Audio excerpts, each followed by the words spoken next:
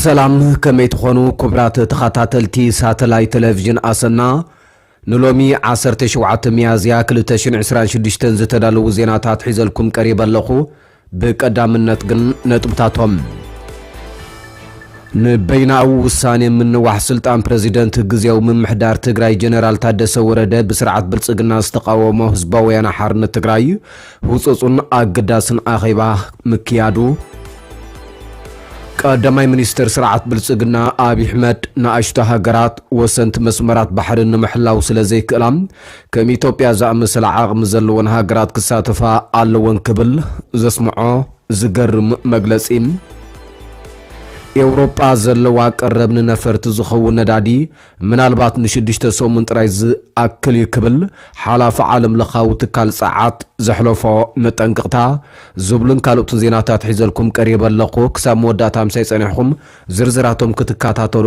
ብኽብሪ ይዕደም نبيناوي وساني من واح سلطان بريزيدنت غزياو من محدار تግራይ جنرال تادسه ورده بسرعه بلصقنا استقاومو حزباوي ويان حارن تግራይ حصصن اقداسن اخيبا بمكياد تزاتيوم ማዕከላዊ ኮሚቴ ህወሓት ማሊ ኣብታ ታሪኻዊት ከተማ ዝኾነት ኣኽሱም ኣብ ዘካየደ ኣኼባ ህዝቢ ትግራይ ንምጽናት ዝተፈላለዩ ኣጀንዳታት ሰሪዑ ዝሰርሕ ዘሎ ስርዓት ብልጽግና እዚ ሕጂ ኣሕሊፍዎ ዘሎ በይናዊ ውሳኔ ምንዋሕ ስልጣን ግዜው ምምሕዳር መቐጸልቱ ምዃኑ ገምጊሞም ስርዓት ብልጽግና ንፕሬዚደንት ግዜው ምምሕዳር ናብ ኣዲስ ኣበባ ጸዊዑ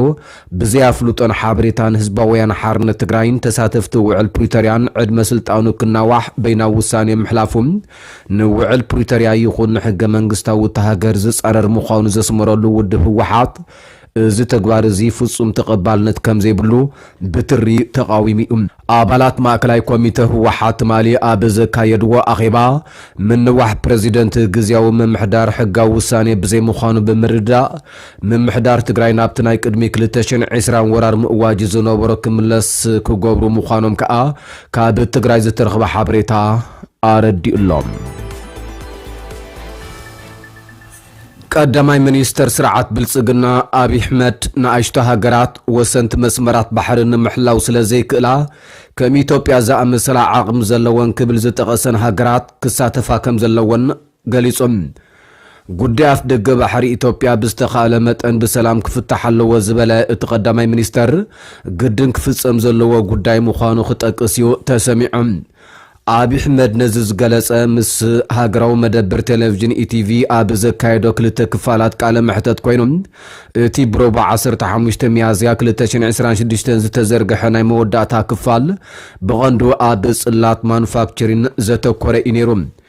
ኢትዮጵያ ብዘይ ኣፍ ደገ ባሕሪ ምትራፋ ኣብ ልዕሊ ኢንዱስትሪ ማኑፋክቸሪንግ ጸቕጢ ከም ዘሕደረ ክዛረብ ዝተሰምዐ ንሱም ኢትዮጵያ ዜጋታታ ብእኹል መንገዲ መጊባ ንገዛ ርእሳ ክኢላ ኣብ ዓለም ተወዳዲራ ዝሓሸት ሃገር ንምዃን እቲ ዝዓበየ ዕንቅፋት ወደብ ምህላዊኡ ገሊጾም ኣብ ዝሓለፈ ክልተ ዓመታት እተቀዳማይ ሚኒስተር ኣፍ ደገ ባሕሪን ኢትዮጵያ ናይ ህላወ ጉዳይ ምዃኑ ብተደጋጋሚ ክገልጽ ምጽንሑ ዝፍለጥ ኮይኖም እቲ ሃገር ዘለዓለቶም መሰል ዋንነትን ተጠቃምነትን ኣፍ ደገ ባሕሪ ድማ ኣብ ጎረባብቲ ሃገራት ብሓፈሻ ኣብ ልዕሊ ኤርትራ ካብ ብፍላይ ስጋት ፈጢሩ ይርከብ ስርዓት አቢ አሕመድ ኣብቲ ትማሊ ዝሃቦ ቃለ መሕተት መንግስቲ ኢትዮጵያ ከልዕሎ ዝጸንሐ ጉዳይ ሕጂ ምስ ኩናት ኢራን ብዝተኣሳሰር ኩሉ ሰብ ይርድኦ ከም ዘሎ ጠቒሱ حج نصوري زمسلني إثيوبيا تأكل هاجر كاب بحر رحقا من بارا نهلونا قداي زبلنا حج زخون سب قليل زردو يمسلن كبل تزاريبهم أفدق بحر زي مهلاو بمنصر الجستيكس صعوبة أجماتن ون كزرزر فتينم ناي انترنت حابريتا زمحلال فلم جمدات تحت بحري بخالوت هاجرات كحلفن كالله تحابريتا ناي بحتي ايكونن مستيريلن مالتيو بمبال دحنت مستير هاجرات مرقاص اب حادقا كم زلون مستيراونت سددن اتاونا قحن معقاب كيترفه صقم كم زفترن عملكيتم بتوساخي ود بحر زي مهلاو وصايتات لوجستيكس ክብክብል ከም ዝገበረ ብምሕባር ካብ ወፃኒ ዝኣትዉ ኣቑሑ ዝኽፈል ገንዘብ ካብ ጎረባብትና ካብ 50 ክሳብ 100 ሚታዊት ዝዛይድ ክብል ከዓ ተዛሪቦም በዚ ምኽንያት ብሓባር እንተዘይሰሪሕና ኣብ ሓፂርን ነዊሕን እዋን ስእነት ኣፍ ደገ ባሕሪ ስእነት ወደብ ከምኡውን ውሱን ሎጂስቲክስ ንብልጽግና ኢትዮጵያ ዓብዪ ዕንቅፋት ኮይኑ ክቕጽል እዩ ኣብ ናትና ግዜናን ኣብ መጻእን ክብል ከዓ ወሲኹ ተዛሪቦም ብብዝሒ ህዝቢ ኣብ ዓለም መበል ዓስረይቲ ዝኾነት ኢትዮጵያ ቅድሚ ሕጂ ጸገም ወደብ ዘይነበራ ሃገር ኣፍ ደገ ባሕሪ ዝሰኣነቱሉ ምኽንያት ብሰንኪ ክፍኣት ብዘይ ምዝራብ ኣብ መትከል ሂብካ ምቕባል ብዘይ ምእማን ከምኡውን ብሓባር ንምንባር ድልውነት ብዘይ ምህላዊ ክብል እውን ተሰሚዖም ኢራን ዝዓፀወቶ መጻብቦ ሆርሙዝ ከም ኣብነት ብምጥቃስ ቀይሕ ባሕሪ እንተተዓፅዩ ንዕኡ ንምኽፋት ካባና ብዝዛየደ ናይ መን ኣጀንዳ ክኸውን ይኽእል ክብል እውን ሓቲቶም ብኢራን ዝድገፉ ዕጡቓት ሕቲ ነቲ ኣብ መንጎ ወሽመጥ ዓደንን ቀይሕ ባሕርን ዝርከብ መጻብቦ ባቢኤል መንደብ ከየጥቅዖ ስጋኣት ከም ዘሎ ዝተዛረበ እቲ ቀዳማይ ሚኒስተር እቲ ጸገም ክንከላኸሎ ዋላ እውን ረብሓና ክንሕሉ ኣይንኽእልን ኢና እዚ ኣዝዩ ከቢድ ጉዳይ እዩ ጎረባብትና ክሓስብሉ ይግባእ ዓለም ክሓስበሉ ይግባእ ክብል ተዛሪቦም ኢትዮጵያ ኣፍ ደገ ባሕሪ እንተዘይሃልይዋ ኣይተዓብን ጥራይ ዘይኮነ እቲ ዞባ እውን ኣይቅየርን እቲ ዞባ ሰላም ኣይረክብን ንግዲ ዓለም እውን ክዕንቀፍ ክብል እውን ኣጠንቂቖም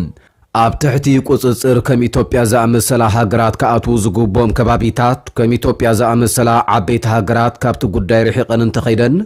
ንኣሽቱ ሃገራት ነቲ መጻብቦ ነቲ ወሽመጥ ክሕልዋ ስለ ዘይክእላ ንገዛ ርእሰን ይኹን ዓለምን ሓደጋ ከስዕብ እዩ ክብል እውን ተዛሪቦም መንግስት ኢትዮጵያ ዋንነት ኣፍ ደገ ባሕሪ ክረክብ ዘለዎ ድልየት ብግልጽ ምግላጽ ካብ ዝጅምር ንድሓር ምስ ርእሰ ምምሕዳር ሶማሊላንድ ዝፈረሞ ናይ ምርዳእ መዘክር ኣብ ግብሪ ክውዕል ኣይከኣለን ኣብ ቀይሕ ባሕሪ ወደብ ክውንን ዘለዎ ድልየት ኣብ ዝገለጸሉ እዋናት ድማ ስም ወደብ ዓሰብ ብተረጋጋሚ ክጥቀስ ጸኒሖም ኤርትራ ግን ነዚ ኣብ ዝሓለፈ 3 ዓመታት ብወገን ኣዲስ ኣበባ ዝቃላሕ ዘሎ ጠለባት ኣፍ ደገ ባሕሪ ኣዋጅ ኩናት ብምባልያ ብትሪ ትነቕፎም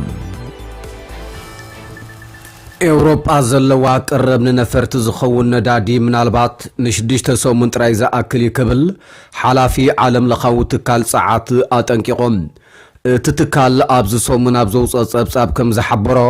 ኤውሮጳ ካብ ማእከላይ ምብራቕ እትእትዎ ነዳዲ እንተወሓደ ፍርቁ ክትኮ እንተዘይክኢላ ክሳብ ሰነ ቀረብ ነዳዲኣ ናብ ኣዝዩ ኣሰካፊ ደረጃ ክወርድ እዩ ንቀረብ ነዳዲ ወሳኒ ዝኾነ መጻብቦ ሆርሙዝ ከም መልሰ ግብሪ መጥቃዕቲ ኣሜሪካን እስራኤልን ብኢራን ካብ ዝዕጾ ልዕሊ 6 ሰሙን ኮይኑ ከም ዘሎ ዝፍለጥ እዮም እዚ ድማ ዋጋ ነዳዲ ክንህርን ሕፅረት ከጋጥም ይኽእል ዝብል ስጋት ክሰፍንን ገይሩ ይርከብ ኣሎ ፈጻሚ ዳይሬክተር ዓለም ለኻዊ ትካል ጸዓት ፋቲ ቢሮል ንማዕከን ዜና ኣሶሺየትድ ፕሬስ ኣብ ዝሃቦ ቃል እቲ ዕፅዋን ተቐጺሉ ኣብ ቀረባ እዋን በረራታት ክስረዙ ከም ዝኽእሉ ሓቢሮም ን32 ኣባል ሃገራት ብዛዕባ ቀረብን ድሕነትን ጸዓት ምኽሪ ዝህብ ዓለም ለኻዊ ትካል ጸዓት እውን ኣብ ወርሓዊ ጸብጻቡ ከም ዝሓበሮ ካብ ወሽመጥ ዓረብ ዝለኣኽ ነዳዲ ንዓለም ለኻዊ ዕዳጋ ነዳዲ ነፈርቲ ዝዓበየ ምንጭ ምዃኑ ገሊጾም ከም ደቡብ ኮርያ ህንድን ቻይናን ዝኣመሰላ ካልኦት ነዳዲ ዝለኣኸልን ሃገራት እውን ካብ ማእከላይ ምብራቕ ኣብ ዝወስድኦ ድፍድፍ ነዳዲ ኣዝየን ዝተመርኮሳ ምዃነን ኣብሪሆም በዚ ምኽንያት እዚ ቅልውላው ኣብቲ ንቡር ኣሰራርሓ ዕዳጋ ነዳዲ ነፈርቲ ዓብዪ ዕንቅፋት ፈጢሩሎ ክብል እውን እቲ ጸብጻብ ኣፍሊጦም ወሃቢ ቃል መንግስቲ ብሪጣንያ ንቢቢሲ ኣብ ዝሃቦ ቃል ብወገኖም ሰባትን ንግዳዊ ትካላትን ከይተዓናቐፉ ምእንቲ ክቕጽሎም ምስ ኣቕረብቲ ነዳድን ትካላት ነፈርትን ብምትሕብባር ይሰርሕ ከም ዘሎ ሓቢሮም ኤውሮጳ ክሳብ ሕጂ ን75 ሚእታዊት ናይ ነዳዲ ነፈርቲ ጠለባ ኣብ ማእከላይ ምብራቕ ከም ትምርኮስ እቲ ትካል ኣዘኻኺሮም ኣብዚ እዋን እዚ ሃገራት ኤውሮጳ ነቲ ካብ ወሽመጥ ዓረብ ዝመጽእ ዝነበረ ቀረብ ካብ ካልኦት ሃገራት ንምትካ ይጓየያ ከም ዘለዋ እውን እቲ ጸብጻብ ኣፍሊጦም ተንተንቲ ከም ዝሕብርዎ ድማ ምትካእትኡ ካብ ኣሜሪካን ናይጀርያን ይመጽእ ከም ዘሎ ይገልጹ ኣብ ዝሓለፈ ሰሙናት ካብ ኣሜሪካ ዝለኣኽ ነዳዲ ነፈርቲ ብቁልጡፍ ከም ዝወሰኸ እውን እቲ ትካል ገሊጹሎም ይኹን እምበር እዚ ኩሉ ዝለኣኽ ዘሎ ነዳዲ ናብ ኤውሮጳ እንተበጽሐ እኳ ነቲ ዝተዓግተ ቀረብ ፍርቁ ጥራይ ክትክእ ከም ዝኽእል እዩ እቲ ትካል ኣጠንቂቑ ዘሎ ርዕሰ ሊቃነ ጳጳሳት ካቶሊካዊት ቤተ ክርስቲያን ቢልዮናት ዶላራት ንኩና ዘጥፉ ዝበልዎ መራሕቲ ኮኒኖም ኣብ ኣፍሪቃ ዑደት ዘካይዱ ዘለዎ ኣቡነ ሊዮ መበል 14 ምስ ፕረዚደንት ኣሜሪካ ዳርባ ቃላት ክለዋወጡ ድሕሪ ምቕናዮም እዮም ንዝሓድሽ ርእይቶ ሂቦም ዘለዉ ዓለም ብውሕዳት መልእኽቲኣ ትበርህ ዘላ ክብሉ ኣብቲ ሎሚ ኣብ ሃገረ ካሜሮን ዘስምዕዎ መደረ ድማ ነቒፎም እቶም ፈላሚ ኣሜሪካው ርእሰ ሊቃነ ጳጳሳት ዝኾኑ መንፈሳዊ መራሒም ነቶም ብስም ፈጣሪ ከይተረፈ ዝሽቁጡ ዝበልዎ መራሕቲ ወቒሶም እቲ ኣሜሪካዊ ፕረዚደንት ብወገኑ ኣብ ዝቀርባ መዓልታት ልዮ ከም ርእሰ ሊቃነ ጳጳሳት መጠን ኣደብ ክገብር ኣለዎ ክብል ኣብ ማሕበራዊ መራኸቢታት ጽሒፉ ነይሮም መራሕቲ ኣሜሪካ እቶም ሃይማኖታዊ መራሒ ብዛዕባ እቲ ምስ ኢራን ዝካየድ ዘሎ ይኹን ካልእ ኩናት ብሓፈሻ እኹል ርዲኢት የብሎምን ክብሉ ይነቕፍዎም ኣለዉ እንተኾነ እቶም ንዶናልድ ትራምፕ ኣይፈርሖን እየ ብምባል ዝኣምንሉ መልእኽቲ ካብ ምሕላፍ ድሕር ከም ዘይብሉ ብንጹር ዘፍለጡ ኣቡነ ሊዮም ኣብዚ ናይ ካሜሮን መግለፂኦም ኣሕልቕ ኩናት ክብሉ ዘለዎም ነቐፌታት ደጊሞም ኣቕሪቦም ኣለዉ ቢልዮናት ዶላራት ንምቕታልን ምብራስን ይውዕል ከም ዘሎ ዓይኖም ዝዓመቱ መራሕቲ ስለ ዘለዉ ንሕውየት ትምህርትን ዳግመ ህንፃን ዘድሊ ፀጋታት ክርከብ ኣይከኣለን ክብሉ ከዓ ኣተሓሳሲቦም ቅድሚ ክልተ ሰሙን በጋጣሚ ሰንበት ሆሳዕና ኣብ ቀጽሪ ቅዱስ ጴጥሮስ ኣብ ዝሃብዎ ቃለ ቡራኬ ፈጣሪ ንጸሎት ኣወጅቲ ኩናት ከም ዘይሰምዕ ተዛሪቦም ምንባሮም ይዝከር ኣምላኽና እዚኡ ኢየሱስ ንጉስ ሰላም ንኩናት ዝጽየን ዝኾነ ሰብ ኩናት ንምምኽናይ ክጥቀመሉ ዘይክእል ክብል ነቶም ኣብ ቫቲካን ክሰምዕዎም ዝተኣከቡ ተኸተልቲ ናይቲ እምነት ሰቢኾም ነይሮም ኣብ መወዳእታ ክቡራት ሰማዕቲ ካብ ወረዳ ኢሮብ ዝተላእኸ ኣገዳሲ መልእኽቲ ኣሎ ንዕኡ እውን ከም ዘለዎ ናባኹም ከብሎም ኣብ ቀረባ እዋን ኣብ ወረዳ ኢሮብ ሆስፒታል ዳውሃን ዘጋጠመ ሓደጋ ባርዕ ስዒቦም ኣብ ዘፈር ጥዕና ዝበፅሐ ክሳራ ንምሕዋይን ናብ መሰረታዊ ደረጃ ኣገልግሎት ንኽምለስን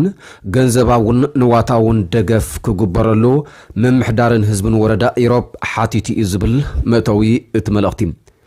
ቀፂሉ ምምሕዳርን ህዝብን ወረዳ ኢሮብ ንድምፂ ወያነ ትግራይ ኣብ ዝለኣኾ ደብዳቤ ወረዳ ኢሮብ ብዘለዋ ጂኦግራፊያዊ ኣቀማምጣን ካልኦት ምኽንያታትን ህዝቢ ስሉጥ ኣገልግሎት ንምርካብ ብፍላይ ከዓ ኣገልግሎት ጥዕና ንምርካብ ኣዕርዩ ከም ዝተጸገመ ገሊጹ ድሕሪ ውዕል ፕሪቶርያ ምምሕዳር ዝለዓለት ትኹረት ብምሃብ ምዝተፈላለዩ መንግስታዊ ዘይመንግስታውን ካልኦት ልምዓት ትካላትን ብምትሕብባር ትካላት ጥዕና ወረዳ ኢሮብ ቅድሚ ኩናት ምጅማሩ ናብ ዝነበረን ደረጃ ኣወሃህባ ኣገልግሎት ንምምላስን ዝሓሸን ስሉጡን ኣገልግሎት ኣብ ከባቢኡ ክረክብን ጻዕሪ እናተገብረ ምጽንሑ ሓቢሮም ይኹን እምበር ኣብ ልዕሊ ድኽነተን ምራኽቶመተን ከም ዝበሃል ኣብ መስርሕ ሕውየትን ዳግመ ህንፀትን እናሃለወን ኣብ መባእታዊ ሆስፒታል ዳውሃን ብዕለት 4 ወርሒ 8 2018 ዓመተ ምህረት ግእዝ ሰዓት ከባቢ 5 ፈረቓን ለይቲ ሃንደበት ብሓደጋ ባርዕ ሓዊ ናይ ላቦራቶሪ ራጂ ካልኦት ኣገልግሎትን ዝዋሃበሉ ዝነበረ ህንፃ ሙሉእ ብምሉእ ብምዕናዉ ከቢድን መሕዘንን ሓደጋ ከም ዘጋጠሞ ኣፍሊጡ እቲ ባርዕ ሓዊ ናብ ካልኦት ህንፃታት ከይቀጸለን ክላዕሉ ዝኽእሉ ንብረታት ብምልዓል ሰሞያ ናይቲ ትካልን ነባሪ ከተማ ዳውሃንን ዝገበሮ ናይ ምክልኻል ስራሓቲ እቲ ሓደጋ ከይተጋደደ ኣብ ቁፅፅር ክውዕል ተገይሩ እዚ ዘይተገመተ ሓደጋ ኣብ ኩሉ ከባቢ ዘሎ ትግራዋይን ፍታዊ ህዝቢ ኢሮብን ዘሰንበደ ኮይኑ ብፍላይ ከዓ መዓልታዊ ኣገልግሎት ዝረኽቡ ዝነበሩ ነበርቲ ወረዳ ኢሮብን ከባቢኡን ብስነ ኣእምሮን ሞራልን ዝተተንኮፍሉ ኩነታት ምፍጣሩ ገሊጾም እቲ ዘጋጠመ ሓደጋ መልዓሊኡ ንምንጻርን ተሓታትነት ንምርግጋጽን ወረዳ ምስ ዝምልከቶም ኣካላት በብደረጅኡ ሞያውን ምምሕዳራዊ ስራሕትን ይሰርሕ ምህላዎ ኣፍሊጦም ጎኒ ስራሓት ምጽራይ በወረዳ ደረጃ ዝተፈላልዩ ጉጅለታት ብምጥያስ መልዓሊ ንምፍላጥን ተሓታትነት ንምርግጋጽን ቀጻሊ ስራሓት ዝስርሑ ዘለዉ ኮይኖም ዝበጽሐ ዕንወት በብዓይነቱ ምስ ዋግኡ ብምውዳብ ነናብ ዝምልከቶ ኣካል ተላእኽሎም ህዝቢ ኢሮብ ብሰንኪ ወድዓውን ባዕላውን ጸገማት ንዓመታት ኣብ ዘይተረጋግአ ኩነታት ዝነብርን ዘይሓሰቦ ዘይተገመተን ዘይግቦን ጸገም ከም ዘጋጠሞ ድሕሪ ምሕባር ብዛዕባ እቲ ዘጋጠመ ሓደጋ ኣመልኪቱ ኣብ ማሕበራዊ ሚድያታት ዝመሓላለፍ ዘሎ ሓበሬታ ምንም መበገሲ ዘይብሉን እትህዝቢ ንምሽ ቁራርን ዳግም ናብ ሕዌት ንምእታው ዝግበር ምንቅስቃስ ንምዕንቃፍን ዝተማሃዘ ሽርሕ ጽላእትን ካብቲ ዝተዛብዐ ሓበሬታ ተጠቀምቲ ውልቃ አካላት ክኾኑ ስለዝኽእሉም ህዝቢ ካብ ምድንጋር ክቁጠቡ እንዳሓተተም ተወለድትን ፈተውትን ብሄረሰብ ኢሮብ ውጽኢት ምርመራ ብዝምልከቶም አካላት ምስተወደአ ክወሃብ ምዃኑ حبرم نداغ محويت ات هوسبيتال منغستاو تكالات زي منغستاو تكالات زتفلالي كالوت ناي لمعات وداباتات تولدتن فتوتن حزبي ايروب بولقوخم بودابوخم فتوتخم بمودابن بملعلن አገልግሎት ጥዕና ናይቲ ሆስፒታል ናብ መሰረታዊ ደረጃ አገልግሎት ንኽምለስ ገንዘባውን ንዋታውን ሓገዝ ክግበረሉ ምምሕዳርን ህዝብን ወረዳ ኢሮብ ሓቲቱሎ ክብል እቲ ደብዳቤ ኣብ ጽሑፉ ኣነጺሩሎም